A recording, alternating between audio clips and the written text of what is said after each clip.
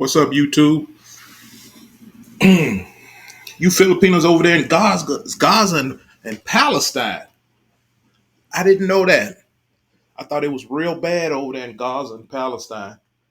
Evidently, it's better over there than it is in the Philippines. Because if it wasn't, you guys wouldn't marry and then move to Palestine and Gaza.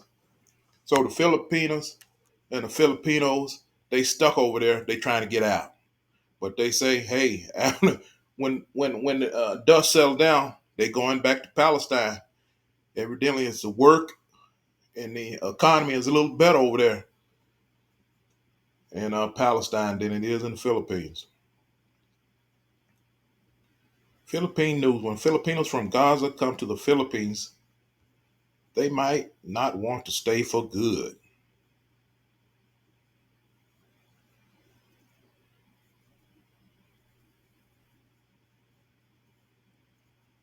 There are 24 Filipino families in besieged Palestinian territory who want to come to the Philippines. Even as the Philippines exhausts diplomatic efforts to bring home Filipino nationals trapped in Gaza Strip, officials here say they don't expect them to stay for good. After all, it is Gaza and not the Philippines they call home. They are permanent residents of Gaza. We cannot stop them from going back to Gaza when the situation clears. Eventually, they will go back to Gaza, said Department of Foreign Affairs. Undersecretary Eduardo de Vega, in a briefing with media on Thursday, November 2nd, De Vega was asked if the Philippines has plans in place, aid packages, or integration programs once the 115 Filipino nationals in Gaza finally make their way here. There are 136 Filipinos in the Palestinian territory. Most of them, around two-thirds, according to De Vega, are Palestinian Filipinos who were born or at least grew up in Gaza. Most of them trace their heritage to Filipinos who married Palestinians and moved to Gaza.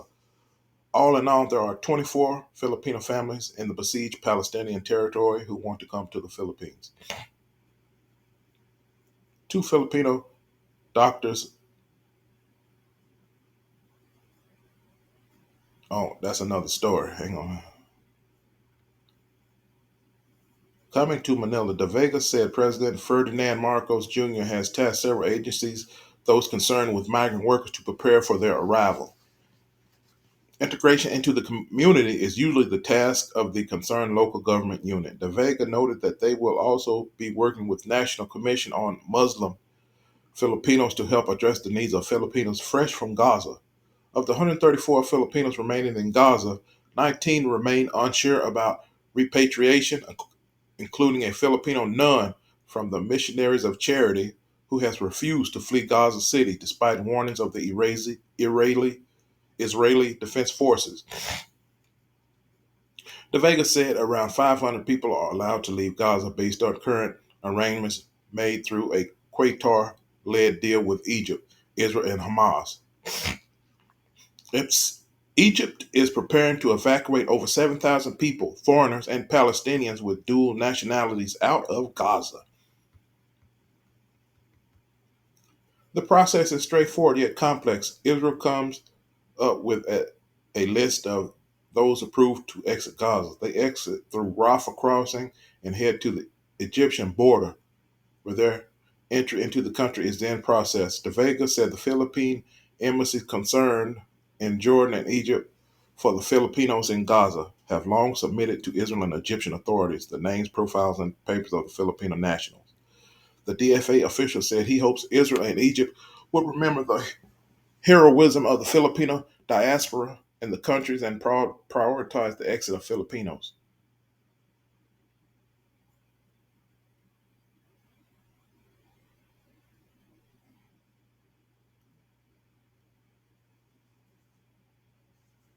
The DFA official said he hopes Israel and Egypt would remember the heroism of the Filipino diaspora in their countries and prioritize the exit of the Filipinos. As of November 2nd, no other Filipino national, aside from the two medicines, I know I'm not pronouncing that right, San Frontier's doctors have been able to leave Gaza. De Vega reckoned that one of the reasons for the delay in the processing of the 115 Filipino nationals exit from Gaza could be their names. Most of them are Palestinian and therefore have Arab names. That might explain it. Baka,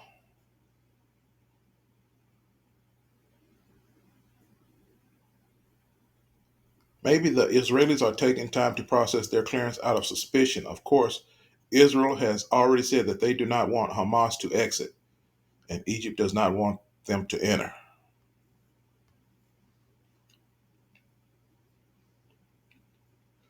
The Philippine embassy in Cairo is preparing to fly to the Philippines at least 150 individuals,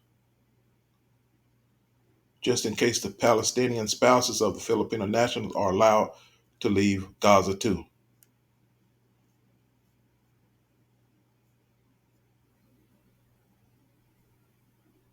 When they finally come to Manila, De Vega said, the Filipino nationals from Gaza will likely stay with their relatives here.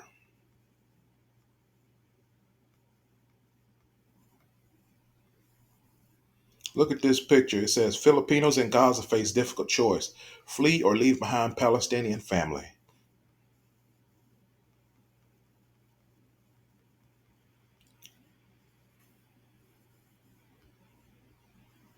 The desire to return to Gaza, currently besieged by Israel and blockaded by the same country since 2007, should not be surprising if one reads up on the decades long struggle of Palestinians. Palestinians carry with them the trauma of the Nakba catastrophe in Arabic, or the mass displacement and dispossession of Palestinians during the 1948 Arab Israeli War, according to the United Nations. The United Nations Office for Coordination of Humanitarian Affairs calls the Nakba the event that shattered Palestinian lives and severed their ancestral connection to their land during the establishment of the State of Israel. Palestinians today are scattered across the world, particularly in neighboring Jordan, Lebanon, and Syria. The UN estimates that 40% of Palestinians remain under occupation in the Gaza Strip and the West Bank, including East Jerusalem, since 1967. In a joint statement in June 2023 for World Refugee Day, several UN experts said since 1948, both the General Assembly and the Security Council have consistently called upon Israel to facilitate the return of Palestinian refugees and provide reparations. Despite these appeals, Palestinian refugees have been systematically denied of their right to return and forced to live in exile under precarious and vulnerable conditions outside the borders of Palestine. The right of return constitutes a fundamental pillar of the Palestinian people's right to self-determination. The fragmentation of the Palestinian people, both geographically and politically, through administrative methods of control based on residency and race, tantamount to apartheid, has obstructed the realization of the right to return of self determination. These practices serve the settler colonial project pursued by Israel. Among those who signed the joint statement of Francesca Albanese, the UN Special Rapporteur on the situation of human rights in Palestinian territory occupied since 1967, and Paula Guevara Banter, Special Rapporteur on the Human Rights of Internally Displaced Persons. While it's October 7th Hamas attack on Israel that sparked the current conflict, Palestinians have long struggled in the conflict between Israel and Palestine.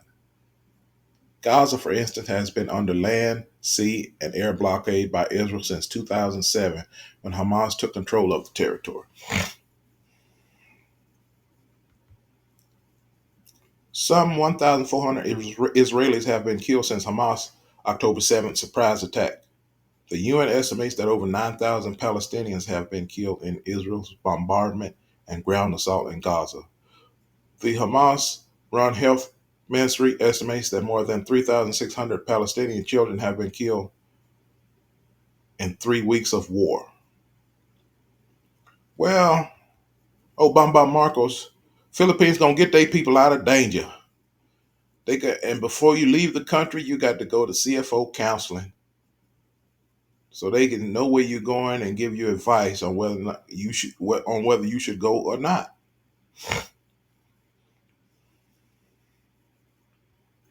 So God bless the Filipinos, created in heaven, rolling with you. Oh, I'm gonna try to find this. There's another video about the Manila International Airport. Some people been fired for taking money. Let me pull that up. We can watch that real quick.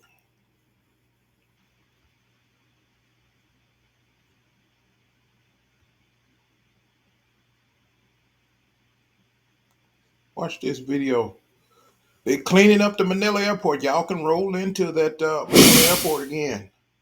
Office for Transportation Security Administrator Mau Aplaska tenders his resignation in the wake of several reported cases of theft at the Ninoy Aquino International Airport. Aplaska's resignation on Tuesday comes after Speaker Martin Romualdez on Monday issued an ultimatum for him to resign right before the House of Representatives tackles the OTS's proposed budget, or he will personally block it. In a letter addressed to President Bongbong Marcos and sent through Transportation Secretary Jaime Bautista, Aplaska officially submits his courtesy resignation. Aplaska says he considers his resignation a noble undertaking for a greater interest. However, Aplaska maintains he had done nothing wrong as OTS chief and that all he did was wage an honest campaign against corruption in all our airports nationwide. Prior to Aplaska's resignation, the OTS faced criticism Look anew at that from guy both put the that. public and several lawmakers after an OTS personnel Look at that guy. He putting money in his mouth. He done stole out of somebody's allegedly stole and swallowed $300 from a departing passenger at Naia Terminal 1 on September 8. Meanwhile, in a radio interview on Wednesday, Aplaska laments how the agency was already so close to addressing corruption and theft problems at Naia, saying he can't understand Romualdez' call for him to resign. Aplaska then says he leaves it up to the President or Transportation Secretary Bautista on who his replacement will be, stressing that the problem in OTS is systemic and cultural. What's up with the YouTube? How y'all doing? Uh my wife Jensel, she went to her job for the first day on the job yesterday. She got her 2-year green card and she has her social security number. She would have had her social security card 3 weeks earlier if the address wouldn't misspell. She hasn't been here no more than 2 months. The green card, it just came. So she's ready to work. When she gets state ID, hell, she ain't gonna be able to stop her. Right now, she's working at a nursing home. She's learning new things at the nursing home as a dietary aide. She's learning a lot of stuff. She got a job. Uh, she take what she learned there and go work at a hospital. So, how you like your first day on the job? Mm, so hard, but I like to learn. Yeah, she's learning it. I Yeah. was a diet when I was 18 years old. I was a dietary aide at a nursing home, uh, giving food to the residents. And you have to read their individual card for no sugar, no salt, and what they like and what they don't like, and stuff like that. And you got to clean the dining room or no? No. They don't eat in the dining room. They eat in their room Yeah, they ate in the room. and wash Yes. dishes. How's it? What they got a big machine for washing dishes or no? Yeah, they have a machine in there. You arrange the plate, everything in there, and put the machine, like that, and it's done. Remove in the other one, like that. It's complicated. Huh? It's complicated. No, it's easy. It's easy. Yeah, you just put. They have something in there that you're gonna clean before you put in the machine, so uh, it's not dirty. the some dirty in there, they're not gonna stuck like that.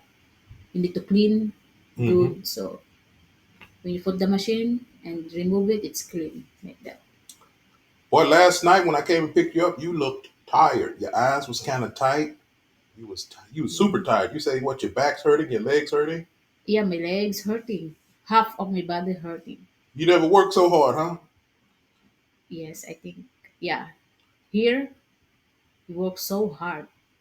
Us Yeah. Americans, we work like dogs here. We like working like Hebrew slaves here. She's just working 6 hours, but that's good. She don't have to work 8 hours. She's just working 6 hours, 6 hours a day, so she can get used to it. We got Epsom salt in the bathroom. I told her she can soak in the salt in the bathroom or whatnot. Yeah. Yeah. And guess what, folks? We still arguing. Hell, we had a big argument yesterday. We had a big argument. What was the argument about? Oh, I was upset. I was upset because I come in the house. She doesn't say hi or give you a kiss. You know, traditional people, you come in the house, they say hi or something. Hell, she don't say nothing. So I figured she was being rude. So I said something that was kind of rude.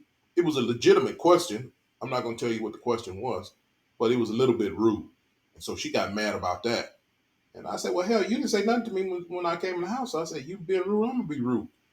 But she says at her home, her family, her sisters, her brother-in-law, when you come home, you're just home. They don't say anything.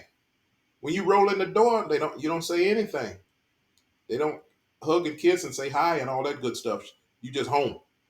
So it's cultural differences. Getting used to different.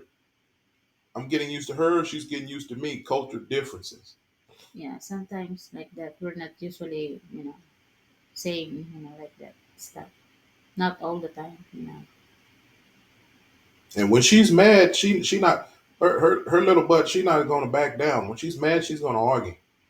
And when she's done, she's going to get quiet. And I'm the only one arguing back and forth on the phone or whatnot. I went and she got a Filipino friend lives here in the complex. She she's in her 60s. Her husband died in his 70s, and they had the same age difference as me and Jensel. She said we remind her and her husband, like 14, 15 years apart. I went and talked to her because my wife went to work without me, and I was like, "How the hell you get to work?" I was like, "Who took you to work?" She wouldn't answer the phone, so I said, "Oh, she at work. I don't know, maybe some guy took her to work." So I went over her friend, Miss. I'm not gonna say the woman's name. I went over her friend's house to see if she took her to work. She said, "Yeah, I took her to work." And I talked to her. I said, "Man, me and my wife, we arguing all the time." She said, "Well, you guys remind me of you like me and my husband. The age difference is the same. You know, she was in her 30s and her husband was in her 40s, 15-year age difference. She say it's going to be like that for a little while because you got two different cultures coming together, two different cultures, languages. She does things different in Philippines than we do in America, and it's going to take some time for you guys to get used to each other. You guys gonna argue, but when it's over, it's over. You know, don't keep bringing it back up, and you'll still be together. You know, you argue, but it's gonna be okay. You're still gonna be together. You know, so that's what she said. She said, "Yeah, it's gonna be all right. It just y'all, yeah." She said, "Yeah, y'all gonna argue." So, for you guys out there, got them Filipinos. You done brought your Filipina here, and she acting a damn fool. Well, at least you think she acting a fool. Maybe both of y'all acting a fool. Well, y'all got to. It's gonna take some time for you guys to get to know each other. You guys just kind of work with each other. You got to learn her. She got to learn you.